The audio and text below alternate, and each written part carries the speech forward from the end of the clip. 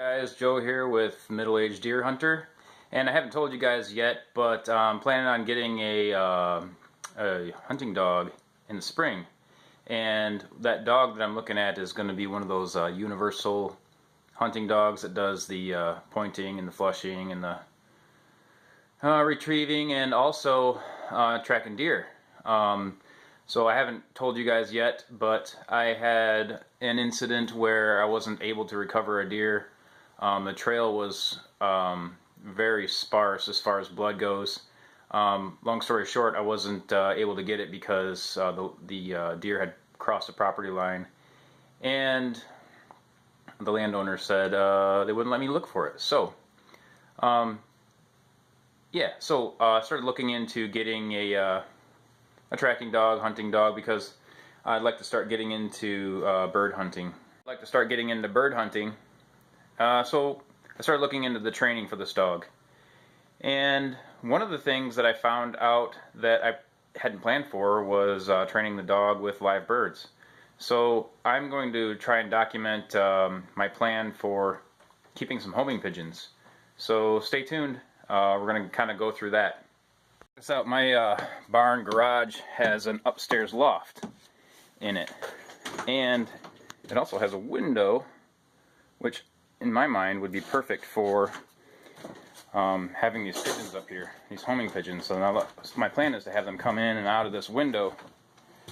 It's really bright, so I'm not going to try to show you that too much.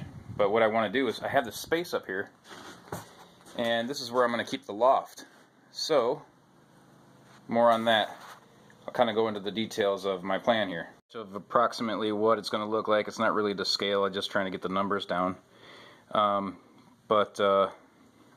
Yeah, it's going to be kind of tall, most and wide, and not very deep. We'll see how it goes.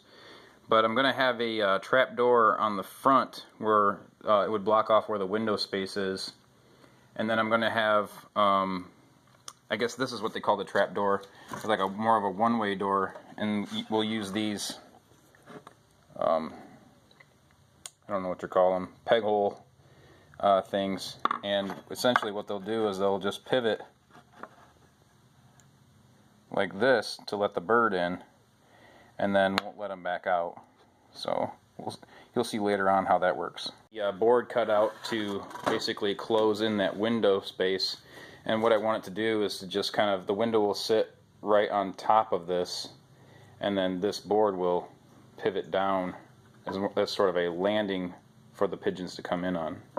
I'm going to be trying to make this out of all of the scrap lumber that I have just lying around. So here's some of the junk from other projects that I have been saving, and I think I have enough lumber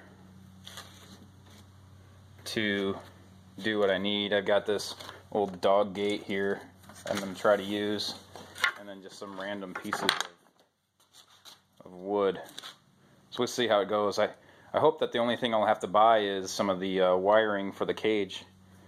And at the end, I'll let you know how much I put into it. Alright, so here's some of the scrap 2x4s that I have.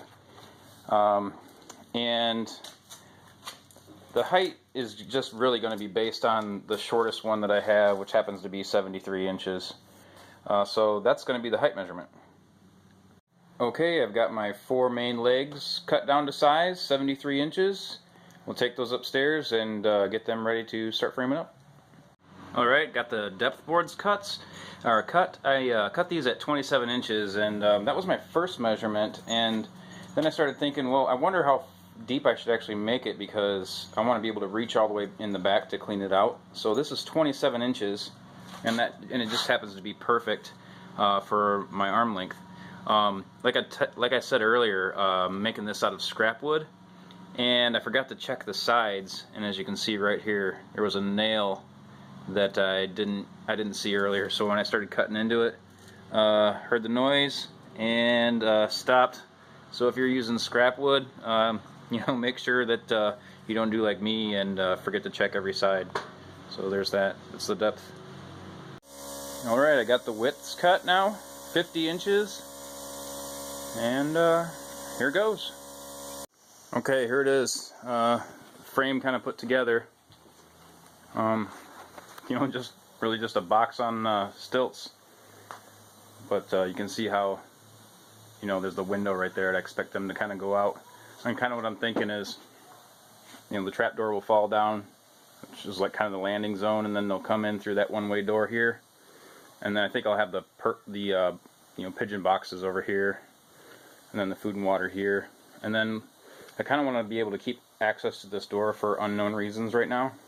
But I think I can always kind of go down here and add more boxes, you know, and then come across or whatever. So that's what it is right now.